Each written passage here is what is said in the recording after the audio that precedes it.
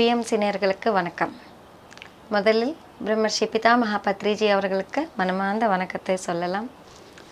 இன்னைக்கு நாம் பேச போகிற தலைப்பு, நாம் எதை உண்ணுகிறோமோ அதுவாக மாறுகிறோம் அப்படி என்ற தலைப்பில் பேச போகிறோம்.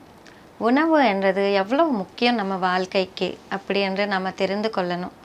ஏன்னா என்னென்னமோ சாப்பிட்றாங்க, இப்படி சாப்பிட்றாங்க, எதுவுமே தெரியாமல் நம்ம சாப்பிட்டுட்டு இருக்கிறோம். ஸோ அது நமக்குள்ளுக்குள்ளே என்ன எல்லாம் பண்ணுறது, வெறும் அதை உணர்து. நம்ம உணவு நமக்கு உள்ளுக்குள்ளே போய் என்ன எதுக்கெல்லாம் அது எஃபெக்ட் ஆகிறது என்றதெல்லாம் நம்ம தெரிஞ்சுக்கணும். ஸோ உணவு ஆன்மீக வளர்ச்சிக்கு ரொம்ப ரொம்ப நெருக்கமான ஒரு கனெக்ஷன் இருக்குது. அதனால் நம்ம எதை உண்ணுகிறோம் என்றது ரொம்ப முக்கியமானது. ஸோ இப்போது உணவு என்றது நம்ம என்ன நினைக்கிறோம், பசி தீர்க்கிறதுக்கு மட்டும்தான், ருசிக்காக மட்டும்தான் அப்படின்னு நம்ம நினச்சிட்டு இருக்கிறோம். ஆனால் அது மட்டும் செய்யலைங்க. நம்ம எண்ணங்கள் இருக்கு இல்லையா, அந்த எண்ணங்களுக்கு இந்த உணவு மூலமாக டைரெக்டான கனெக்ஷன் இருக்குது. அந்த இது என்ன ஆகும், நம்ம உணர்ச்சிகளை தூண்டிவிடும். நம்ம சாப்பிட்ற அந்த உணவு நம்ம டைரெக்டாக நம்ம உணர்ச்சிகளை தூண்டிவிடும். அந்த உணர்ச்சிகளை நமக்கு அதிகமாகவும் இல்லை கம்மியாகவும் ஆகிறதுனா அது நம்ம உணவுனால் மட்டும்தான் அப்படின்னு சொல்லியிருக்காங்க. அதனால் உணவு ரொம்ப ரொம்ப முக்கியமானது நம்ம வாழ்க்கையில். ஸோ நம்ம சாப்பிட்றதுக்காக வாழ்கிறோமா, வாழ்கிறதுக்காக சாப்பிட்றோமா? முதல் கொஸ்டின்னு நம்ம என்ன பார்க்கணுன்னா, எதுக்காக நாம் சாப்பிட்டுட்டு இருக்கிறோம்?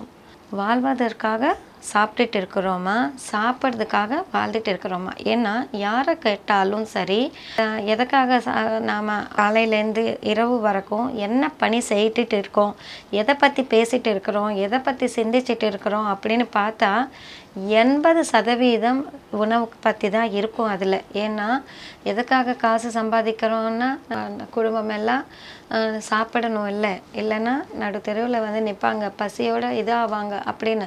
ஸோ பெண்கள் பார்த்திங்கன்னா காலையில் என்ன சமைக்கலாம், மத்தியானம் என்ன சமைக்கலாம், ராத்திரிக்கு என்ன சமைக்கலாம், நாளைக்கு என்ன சமைக்கலாம். ஸோ சாப்பாடு இது பற்றியே நம்ம என்னங்க யோசனை எல்லாம் இருக்கே தவிர நம்ம மற்ற விஷயத்தில் பற்றி நாம் எந்த ஒரு இதுவும் எடுக்கலை. அப்படி இருக்கிற அந்த உணவு விஷயத்தில் கூட சரியான நாலேஜ் இல்லாமல், சரியான ஒரு தகவல் இல்லாமல் நம்மக்கிட்ட நமக்கு தெரியாத அறியாமையில் எத்தனையோ தவறுகள் பண்ணிட்டு இருக்கிறோம். ஸோ அந்த உணவு என்றது ரொம்ப ரொம்ப முக்கியம். நம்ம 3 குணங்கள் இருக்கும் இல்லையா நமக்குள்ளே, தமோ குணம், ரஜோகுணம், சாத்விகம் அப்படின்னு சொல்லிட்டு அந்த குணங்களை அது வலிமைப்படுத்தும். முதல்ல தமோ குணம் அப்படின்னா என்னென்னா, எப்போ பார்த்தாலும் லேசியாக இருப்போம், தூங்கணும் தோணும், எதுவுமே நம்ம சுறுசுறுப்பாக பண்ண மாட்டோம், போஸ்ட்போன் பண்ணிகிட்டே இருப்போம். இந்த மாதிரி குணங்கள் எல்லாம் ஏன் உருவாக்குதுன்னா, நம்ம சாப்பிட்ற உணவில் அந்த தன்மைகள் இருக்கிற உணவு நாம் எடுக்கிறதுனால இந்த மாதிரி உருவாக்குது. அதனால் நம்ம அடுத்தது என்ன, ரஜோகுணம். ரஜோகுணம் என்ன, ரொம்ப கோவப்படுறது, ரொம்ப பயப்படுறது, ரொம்ப சந்தேகப்படுறது, இந்த மாதிரியான உணர்ச்சிகள் எல்லாம், பொறாமைப்படுறது, அதுக்கப்புறமா யார் கூடாவது சண்டை போடணும்னு நினைக்கிறது, தேவையற்ற குணங்கள், தேவையற்ற கோபம், தேவையற்ற பழக்க வழக்கங்கள், இதெல்லாம் எப்படி டெவலப் ஆகிறது அப்படின்னு பார்த்தா ரஜோகுணம் இருக்கிற உணவு நாம் சாப்பிட்றதுனால. அதுக்கப்புறம் சாத்விக குணம். சாத்விக குணம்னா அமைதியாக இருப்பாங்க, அன்பாக இருப்பாங்க, சிரிச்சிட்டே இருப்பாங்க, நல்லா யோசிப்பாங்க. ஸோ தேவையில்லாமல் எந்த செயல்களும் பண்ண மாட்டாங்க. அந்த மாதிரி எல்லாருக்கும் நல்லது செய்யணும்னு நினைப்பாங்க. அந்த மாதிரி குணங்கள் அதிகப்படுத்துறது என்னன்னா நமக்கு சாத்விக உணவுன்றது. ஸோ இந்த சாத்விக குணங்களை சாத்விக உணவு அதில் மட்டும்தான் நமக்கு கிடைக்கும். ஆனால் கீதையில் என்ன சொல்லியிருக்காங்கன்னா, இந்த 3 குணங்களுக்கு தாண்டிய ஒரு நிலைக்கு போகணும்னு வேற சொல்லியிருக்காங்க. நாம் இன்னும் முதல் படியே இன்னும் தாண்டலை. தமோ குணம் அப்படின்றதுலேருந்தே வெளியே வரலை. எல்லாருமே எப்போ நிறைய வாட்டி நம்ம பார்த்துருப்போம், நாளைக்கு பண்ணிக்கலாம், இப்போ முடியாது அப்படின்னு சொல்லிட்டு நம்ம தள்ளி போட்டுகிட்டே இருக்கிறோம் இல்லையா வேலை. ஸோ இதெல்லாம் எதுக்காக வருதுன்னா, நம்ம உயிர் இல்லாத உணவு நம்ம சாப்பிட்றதுனால. ஸோ அப்படின்னா உயிர் சக்தின்றது இருக்கும். நம்ம சாப்பிட்ற உணவில் உயிர் சக்தின்றது இருக்கணும் ஆக்சுவலாக. அந்த மாதிரி சக்தி இல்லாத உணவுகள் நம்ம சாப்பிடும்போது அந்த உயிர் சக்தி நமக்குள்ளே இருக்காது. அப்போது நம்ம ஆக்டிவாக இருக்க முடியாது. எப்போ பார்த்தாலும் தூங்கிட்டே இருப்போம், லேசியாக இருப்போம், இல்லை புரிஞ்சிக்க மாட்டோம் அவ்வளோ சீக்கிரமாக சொன்னது. இந்த மாதிரி குணங்கள் எல்லாம் ஏன் வருதுன்னா, இந்த ஜங்க் ஃபுட்டுன்னு, ஆயிலி ஃபுட்ஸுன்னு, அதுக்கப்புறமா இந்த மாதிரியான லைஃப் இல்லாத, உயிர் சக்தி இல்லாத ஒரு உணவுகள், மஷ்ரூம் சொல்லலாம், கார்லிக் சொல்லலாம். ஸோ இந்த மாதிரியான விஷயங்கள் எல்லாம் நம்ம சாப்பிட்றதுனால இந்த தாமசிக குணம்ன்றது நமக்கு உருவாக்குறது. அதுக்கப்புறம் ரஜோகுணம் எப்படின்னா, நமக்கு ரொம்ப ஸ்பைசியாக காரமாக மசாலா போட்டு இந்த இம்சையுடன் இருக்கிற அந்த உணவு. அப்படின்னா மற்றவங்களை நோகடிச்சு வர அந்த உணவுன்றது ரொம்ப தப்பான உணவு. விலங்குகளை நாம் வலி கொடுத்து அதை கொன்று சாப்பிட்ற அந்த உணவு இருக்கே, இப்போது அது எந்த மாதிரி ஒரு நிலையில் இருக்கும் பாருங்கள். அந்த ஒரு உயிரை நம்ம கொல்லணும் போனால் பாவம் பயம் வருமா இல்லையா? அதுக்கு அந்த பயத்தோடு இருக்கும்போது அதுக்குள்ளே நிறைய அந்த கெமிக்கல்ஸ் எல்லாம் வெளியே வருது. அந்த கெமிக்கல்ஸ் எல்லாம் அந்த மாமிசத்தில் அப்படியே நின்றுடும். அந்த உணவு நாம் சாப்பிடும்போது அந்த கெமிக்கல்ஸு நமக்குள்ளேயும் ஆட் ஆகி அந்த குணங்கள் அதிகப்படும். அதனால் நம்ம எப்போவுமே உணவு எடுக்கும்போது சாத்விகமான குணங்கள் இருக்கிற அந்த உணவு, சாத்விக உணவு தான் சாப்பிடணும். அதுவும் ஃப்ரெஷ்ஷாக குக் பண்ணால் அந்த உணவு சாப்பிடணும். நல்லா ஞாபகம் வச்சுக்கணும். நாம் இந்த பாயிண்ட் மட்டும், நாம் எதை உண்ணுகிறோமோ நாம் அதுவாய் தான் இருக்கிறோம் அப்படின்றது நாம் ரொம்ப ரொம்ப நல்லா ஞாபகம் வச்சுக்கணும். ஸோ எந்த ஒரு ஹிம்சையும் இல்லாத ஒரு உணவாக இருக்கணும். அதுக்கப்புறமா அதில் உயிர் சக்தி அதிகமாக இருக்கிற ஒரு உணவாக இருக்கணும். அதுக்கப்புறமா அது சீக்கிரமாக டைஜஷன் ஆகக்கூடிய ஒரு உணவாக இருக்கணும். ஏன்னா உணவு என்றது ஆக்சுவலாக பார்த்திங்கன்னா தேவையில்லை. ஆனால் நம்ம அது தேவை இருக்கிற மாதிரி பழக்கப்படுத்திட்டோம் நம்ம உடலுக்கு. ஆனால் பயிற்சி செஞ்சால் பாருங்கள், யோகிகள் மகான்கள் எல்லாம் சாப்பிடவே மாட்டாங்க. நான் ஒரு மேடமை பார்த்துருக்கேன், ஜாஸ்முஹின் அப்படின்னு சொல்லிட்டு, ஆஸ்திரேலியாவுக்கு சேர்ந்தவங்க. அவங்க 25 வருஷமாக கிட்ட 30 வருஷமாக உணவே இல்லாமல் வாழ்ந்துட்டு இருக்கிறாங்க. அதுவும் இல்லாமல் அவங்க ஒரு இடத்துல உட்காந்து வெறும் தவம் பண்ணி ஒரு இடத்துல உட்காரல. அவங்க சம்சாரத்தில் இருந்து ஒவ்வொரு இடத்துக்கும் போய் அந்த மாதிரி உணவில்லாத வாழ்க்கை எப்படி வாழ முடியும் என்றது எத்தனையோ பேருக்கு கற்றுக் கொடுத்து எப்போவுமே ஆக்டிவாக சுறுசுறுப்பாக அவங்க இருந்துகிட்டே இருக்காங்க, பேசிகிட்டே இருக்காங்க, ட்ராவல் பண்ணிகிட்டே இருக்காங்க. அதுக்கப்புறமா அப்படி இருந்தும் அவங்களுக்கு உணவு தேவைப்படலை. அவங்க என்ன சொல்கிறாங்கன்னா, டைரெக்டாக பிராணசக்தி நாம் வாங்க முடியும். அந்த பிராணசக்தி நம்ம டைரெக்டாக வாங்கறச்சே அந்த சூரியனில் இருந்து இயற்கையிலேருந்து பிராணசக்தி வந்துகிட்டே இருக்கும். அது நம்ம எப்போ டைரெக்டாக நம்ம வாங்குகிறோமோ அப்போது வெளியிலேருந்து வர இந்த உணவு நமக்கு தேவையே இருக்காது அப்படின்னு சொல்கிறாங்க. அதுக்கான பயிற்சி அவங்க எல்லாம் செய்கிறாங்க. அதிகமான தியானம் செஞ்சு அந்த பிராணசக்தி அதிகமாக பெற மாதிரி அவங்க பயிற்சி செய்கிறாங்க. அதுபோல் நம்ம நாட்டிலையும் எத்தனையோ ருஷிகள், எத்தனையோ யோகிகள், மகான்கள் கூட அந்த போல் தான் வாழ்கிறாங்க. நான் திருவண்ணாமலையில் ஒருத்தரை பார்த்தேன்.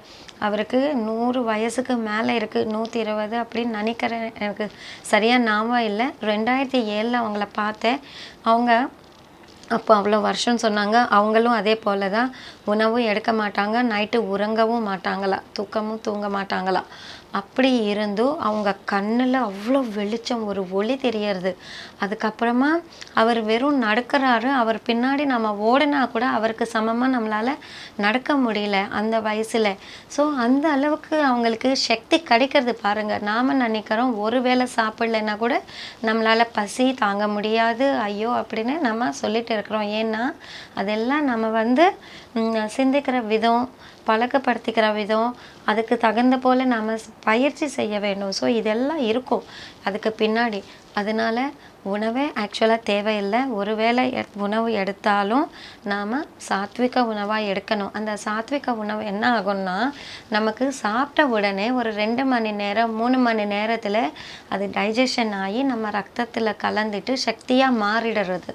ஆனால் நாம் அசைவ உணவு எடுக்கும்போது அது 13 மணி நேரம் ஆனால் கூட அது டைஜஷன் ஆக முடியல. ஸோ திருப்பி அவ்வளோ கேப்பும் நம்ம கொடுக்கல. நம்ம உடனே சாப்பிட்டுட்டு இருக்கிறோம். அதனால அது நம்ம உடலில் இருந்து அது விஷமாக மாறிடும். ஸோ அதனால நமக்கு எத்தனையோ பிரச்சனைகள் வர்றதுக்கான வாய்ப்புகள் இருக்குது. அதனால உணவுன்றது ரொம்ப சரி பண்ண வேண்டிய ஒரு விஷயம் நம்ம வாழ்க்கையில். அதனால் ஃப்ரெண்ட்ஸ், சாத்விக உணவு மட்டுமே சாப்பிடுங்க. அண்ட் அதுவும் ஃப்ரெஷ்ஷாக அப்போதுக்கு சமைச்சு சாப்பிடுங்க. அவ்வளோ டேஸ்டியாக இருக்கும்.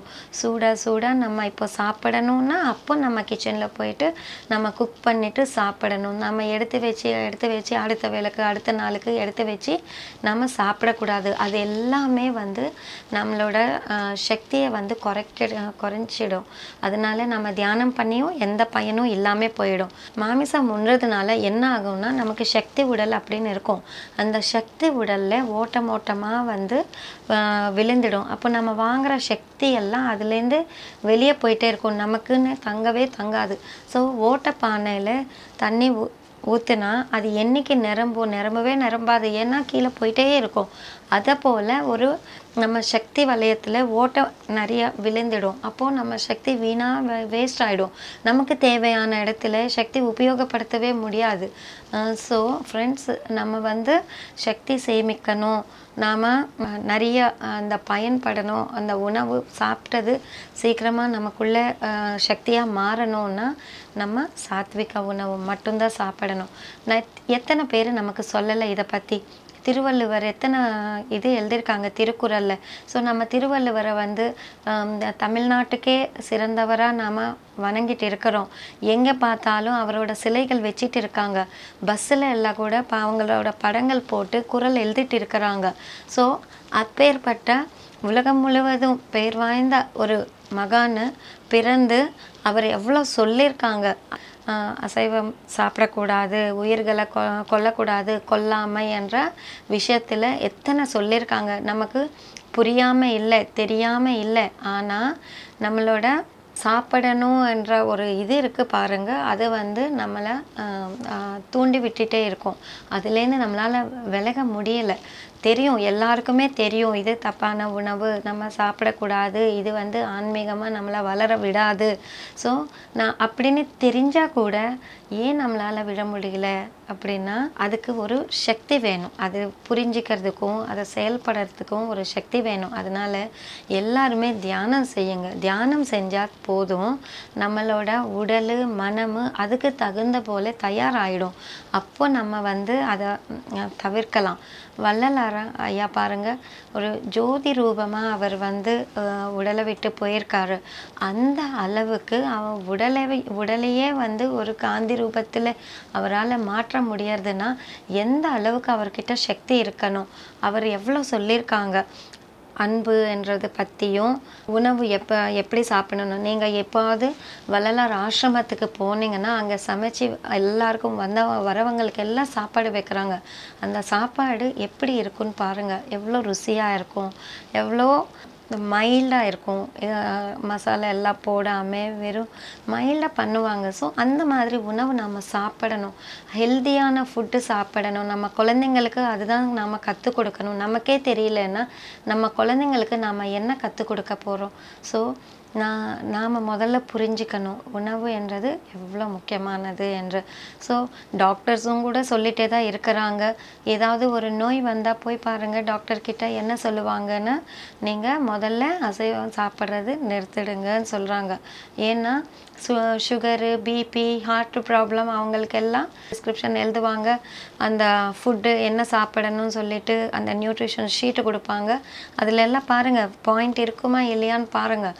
ஸோ இது நாம் கண்டிப்பாக இது தவிர்க்கணும். அது நாம் அந்த மாமிச உணவில் நிஜமாகவே சக்தி வரதா இருந்தால், அந்த மாதிரி நமக்கு நோய் வரும்போது, இல்லை நமக்கு உடலுக்கு சக்தி தேவைப்படும் போது, அந்த மாதிரி ஹார்ட் ப்ராப்ளம் அதெல்லாம் ஏன் வருது? சக்தி இல்லாததுனால தான் வருது. அந்த சக்தி இல்லாத போது நிறைய சக்தி எடுக்கணும். ஸோ இந்த மாம்சம் உண்ணாதான் சக்தி வருதுன்னா, அந்த நேரத்தில் அவங்க ஏன் அதை தவிர்க்கிறாங்க? ஸோ எல்லாத்துக்குமே ஒரு பின்னாடி ஒரு சயின்ஸ்ன்றது இருக்கும். ஒரு இது எல்லாமே ஒரு தியரியாவோ நம்ம வெறும் பேசுறதுல இல்லை. இதுக்கு பின்னாடி ஒரு சயின்ஸ் இருக்குது, ஒரு அறிவியல் இருக்குது. அதனால் ஆராய்ச்சி செய்யுங்க, நீங்களே ஆராய்ச்சி செய்யுங்க. சாப்பிடாம நம்ம மாமிசம் சாப்பிடாம இந்த மாதிரி உயிர் சக்தி இல்லாத ஒரு உணவு சாப்பிடாம ஒரு 40 நாள் இருந்து பாருங்கள். அந்த 40 நாள் கழித்து உங்களுக்குள்ள என்னெல்லாம் மாற்றங்கள் வருதுன்னு பாருங்கள். ரொம்ப லேசாக இருக்கும் நம்ம உடல். ஏன்னா அந்த உயிர் சக்தியோட அந்த உணவு உள்ளே போகும்போது ஒவ்வொரு அணுவுக்குள்ளேயும் அந்த உயிர் சக்தி போய் ஒவ்வொரு அணுவும் ஆக்டிவேட் ஆகும், ரொம்ப ஆக்டிவாக இருக்கும். அந்த மாதிரி இருக்கும்போது நமக்கு நம்ம உடல் ஆக்டிவாக இருக்கும். எப்போவுமே தெளிவாக இருப்போம், நம்ம சுறுசுறுப்பாக இருப்போம். எந்த ஒரு செயலாக இருந்தாலும் நம்ம முழுமையாக அதில் ஈடுபடுவோம், அழகாக பண்ணுவோம். ஸோ இதெல்லாமே நம்ம உணவுக்கு கனெக்ஷன் இருக்குது. அதனால் உணவு என்றது கேர்ஃபுல்லாக யோசித்து நிதானமாக நீங்கள் சாப்பிடணும். அதுவும் இல்லாமல் இப்போது ஆன்மீக வேளாண்மை என்றது நாங்கள் எல்லாருக்கும் சொல்லி கொடுத்துட்டு இருக்கிறோம். அதை உருவாக்கும் போதே அதில் ஆன்மீகம் கலந்து வந்தால் எவ்வளோ அற்புதமான உணவு வெளியே வரும் பாருங்கள். இது போல் குருஜி என்ன சொல்கிறாங்கன்னா, வீட்டில் யாருக்கு சக்தி அதிகமாக இருக்கோ அவங்க சமையல் செய்யுங்க. அவங்க சமையல் செய்கிறது மூலியமாக அந்த சக்தின்றது எல்லாருக்குமே போய் சேரும். அப்போ அவங்களுக்குள்ள ஒரு நல்ல சிந்தனைகள் வரும் அப்படின்னு சொல்கிறாங்க. அதனால் சமையல் பண்ணுறவங்க ரொம்ப ரொம்ப ஜாக்கிரதையாக சமையல் பண்ணணும். ரொம்ப இஷ்டமாக அன்புடன் அவங்க சமையல் செய்யணும். அவங்க எப்போ ஏதோ ஒன்று சிந்திச்சுட்டே யாரையோ திட்டிக்கிட்டே அவங்க சமையல் செய்கிறவங்க செஞ்சாங்கன்னா அந்த உணவு மூலமாக அந்த உணர்ச்சிகள் தான் அவங்க குடும்பத்தில் இருக்கிறவங்களெல்லாம் சேரப்போகுது. அதனால் ஒரு வீட்டில் ஒரு பெண் தினமும் தியானம் செய்யணும். யாரெல்லாம் குடும்பத்தில் எல்லாருமே தியானம் செய்யணும். ஆனால் சமையல் செய்கிறதுக்கு முன்னாடி அவங்க தியானம் செஞ்சுட்டு சமையல் செஞ்சாங்கன்னா அற்புதமான சக்தியான உணவு கொடுத்த மாதிரி ஆகும். அதனால் நீங்கள் எல்லாரும் யோசிங்க, இந்த பயன்படுத்திக்கோங்க. நல்ல ஆரோக்கியமான உணவு சாப்பிடுங்க, அந்த ஆரோக்கியமான வாழ்க்கை வாழுங்க. உணவு தான் நமக்கு சக்தி. உணவே மறந்து இது எத்தனையோ பேர் எத்தனையோ விதமாக சொல்லிட்டு இருக்கிறாங்க. ஸோ இவ்விதத்தில் இந்த நிகழ்ச்சி பார்த்து யாராவது ஒருத்தர் 2 பேர் இதை உணர்ந்து மாறினா கூட நாங்கள் பிஎம்சி மூலியமாக பண்ணுற இந்த முயற்சிக்கு ரொம்ப உதவியாக இருக்கும். ஏன்னா தியானம் என்றது பண்ணால் கண்டிப்பாக அவங்களுக்கே மாற்றம் வந்துடும். அவங்களே உண்ண மாட்டாங்க, அவங்க உடலும் ஏற்றிக்காது, ஏதோ ஒரு ரூபத்தில் அவாய்ட் பண்ணிடும். அதே போல் மனமும் அதுக்கு மேலே திரும்பி சாப்பிடணும்னு வெளியே நாம் சாப்பிடக்கூடாதுன்னு நினச்சா கூட உள்ள மனம் திருப்பி சாப்பிடலாமா அப்படின்னு தூண்டி விட்டுட்டே இருக்கும். அதுவும் இருக்காது. அதனால் எல்லாருமே தியான பயிற்சி செய்யுங்க. இந்த மாதிரியான பழக்கங்கள்லேருந்து வெளியே வாங்க. எல்லா விலங்கின் மேலே அன்பு செலுத்துங்க முதல்ல. அதுவும் நம்ம மாதிரி வாழ தான் வந்திருக்கு. சந்தோஷமாக அவங்க குடும்பத்திலுடன் வாழ தான் வந்திருக்கு. முழுமையாக வாழட்டும், நாமும் வாழ்வோம், அதுங்களையும் வாழ வைப்போம். அதனால் யாரையும் கொல்றதுக்கு யாருக்கும் உரிமை இல்லை. ஒரு விலங்கினின் உயிர் எடுக்கிறதுக்கு நமக்கு எந்த விதத்துலேயும் உரிமை இல்லை. ஏன்னா நம்ம அதை உருவாக்கலை, உயிர் கொடுக்கலை. ஸோ அது உயிர் எடுக்கிறதுக்கும் நமக்கு உரிமை இல்லை. நிறைய பேர் சொல்லுவாங்க, நீங்கள் பிளான்ட்ஸு வெஜிடபிள்ஸு சாப்பிட்றீங்க இல்லையா, அந்த வெஜிடபிள்ஸும் பறக்கிறீங்க இல்லையா, அந்த பிளான்ட்ஸு பறக்கிறீங்க இல்லையா, அதுவும் உயிர் தானே அப்படின்னு சொல்லுவாங்க. ஆனால் யோசிச்சு பாருங்கள் நீங்களே நல்லா. நம்ம விலங்கினை நம்ம ஒரு காலோ கையோ எடுத்துட்டா திருப்பி வளருமா? அதுவே ஒரு காய்கறி நாம் ஒரு செடியிலேருந்து பறித்துட்டா திருப்பி வளரும். அது உணவுக்காகவே செய்யப்பட்டிருக்கு. அதுவும் இல்லாமல் அதில் உயிர் சக்தி என்றது இருக்குது. ஆனால் இங்கே அது பணமாக கிடைக்கு. அதுக்கே உயிரே இல்லை. அதுக்கப்புறம் அதுக்குள்ளே எப்படி உயிர் சக்தி இருக்க முடியும்? அதனால் நாம் பேசணுன்னா என்ன வேணாலும் பேசலாம். அதுக்கு நாம் எப்படியாவது வாதித்து நம்ம தவறுகள் செய்யலாம். ஆனால் நம் உள் உணர்வு என்றது ஒன்று இருக்கும். அதுக்கு நாம் பதில் சொல்ல வேண்டியதாக இருக்கும். அதனால் நண்பர்களே, நாம் விலங்கினங்களை காப்பாற்றுவோம். எந்த உயிரையும் நாம் கொல்ல வேண்டாம். சாப்பிட்றதுக்காக எல்லாமே வாழ வந்திருக்கு. சந்தோஷமாக விளையாடிட்டு அதனோட வாழ்க்கை அது வாழட்டும். நமக்கு சாப்பிட்றதுக்குன்னு இந்த மனித உடலே இந்த பிளான்ட்ஸு தாவர உணவுகள் சாப்பிட்றதா உருவாக்கப்பட்டிருக்கு. நம்ம பல்கள் இருக்கட்டும், டைஜஸ்டிவ் சிஸ்டமாக இருக்கட்டும். ஸோ எல்லாமே அதுக்கு தகுந்த ஒரு இதுதான் நமக்கு செய்யப்பட்டிருக்கு. இப்போது ஒரு கார் வாங்கியிருக்கோம். காருக்கு நான் அதில் பெட்ரோல் ஊற்றணும். நான் என்ன பண்ணுறேன், விலை கம்மியாக இருக்குதுன்னு டீசல் ஊற்றுறேன். அப்போ அது வேலை செய்யுமா? நமக்கு சௌகரியமாக நாம் மாற்றிக்கக்கூடாது. ஸோ அது எதனால் அது ஓட முடியுமோ அந்த தான் அதுக்கு கொடுக்கணும். மாறாக நீங்கள் கொடுத்தா அது ஓடாது, வேலை செய்யாது. அதுபோல் தான் நம்ம உடல் கூட அந்த தாவர உணவுங்க சாப்பிட்டு செயல்படுறதுக்கான ஒரு மெக்கானிசம் தான் இதுக்குள்ளே இருக்குது. அந்த உணவு மட்டும்தான் நம்ம கொடுக்கணும். ஸோ இது எல்லாம் உங்களுக்கு புரியறதுன்னு நினைக்கிறேன் ஃப்ரெண்ட்ஸ். கண்டிப்பாக இதெல்லாம் நாம் வச்சுக்கோங்க. தாவர உணவே மனிதனின் உணவு. ஸோ உயிர்களை கொல்ல வேண்டாம். எந்த உயிரும் எடுக்கிறதுக்கு நமக்கு அதிகாரம் இல்லை. நாம் அன்பு என்றது மனிதர்கள் மேலே மட்டும் இல்லை, எல்லா உயிர்கள் மேலேயும் நம்ம காட்டணும். ஸோ எல்லாருக்குமே தேவையான அளவுக்கு இயற்கையில் விஸ்வம் கொடுத்துட்டே இருக்குது. ஆனால் நமக்கு அந்த போதும் என்ற வார்த்தை நம்ம வாயிலேருந்து வரலை. அதனால தான் நமக்கு இன்னும் வேணும், இன்னும் வேணும், இன்னும் வேணும் சொல்கிறதுனால தான் நமக்கு மிஞ்சி நாம் உபயோகப்படுத்துறதுனால இப்போ நமக்கு பஞ்சம்ன்றது வருது. ஸோ நமக்கு எந்த அளவுக்கு தேவையோ அந்த அளவுக்கு இயற்கையின் பர்மிஷனோடு நாம் எடுத்து உபயோகப்படுத்துறதுக்கு எப்போவுமே இயற்கை நமக்கு அந்த சுதந்திரம் கொடுத்திருக்காங்க. அதனால் இயற்கையை சார்ந்து நாம் வாழ வேண்டும். இயற்கைக்கு மாறாக நாம் எப்போவுமே வாழக்கூடாது. இயற்கைக்கு மாறாக நாம் போனால் கண்டிப்பாக அதனோட விளைவுகள் நாம் ஃபேஸ் பண்ண வேண்டியதாக இருக்கும். அதனால் இயற்கையுடன் இணைந்து நாம் பயணம் செய்யணும், வாழணும், செயல்படணும். அதனால் எல்லாரும் தயவு செஞ்சு சைவ உணவர்களாக மாறுங்க. நாம் சாத்விக குணத்திலோடு இருக்கலாம். அந்த சாத்விக குணத்தினால் எல்லாருக்கு மேலேயும் அன்பு காட்டலாம், எல்லாருக்கும் உதவலாம், எல்லாருக்கும் ஆனந்தத்தை பகிர்ந்து கொடுக்கலாம். நாம் முதல்ல ஆரோக்கியமாக வாழலாம். ஸோ இது எல்லாமே நம்ம உணவை பொருத்திய சில விஷயங்கள். Thank you very much friends. PMC நேயர்களுக்கு ஒரு வேண்டுகோள். வீடியோ மூலமாக மேலும் ஆன்மீக தகவல்கள் பெற விரும்பினால் சப்ஸ்கிரைப் எனும் பட்டனை அழுத்தவும்.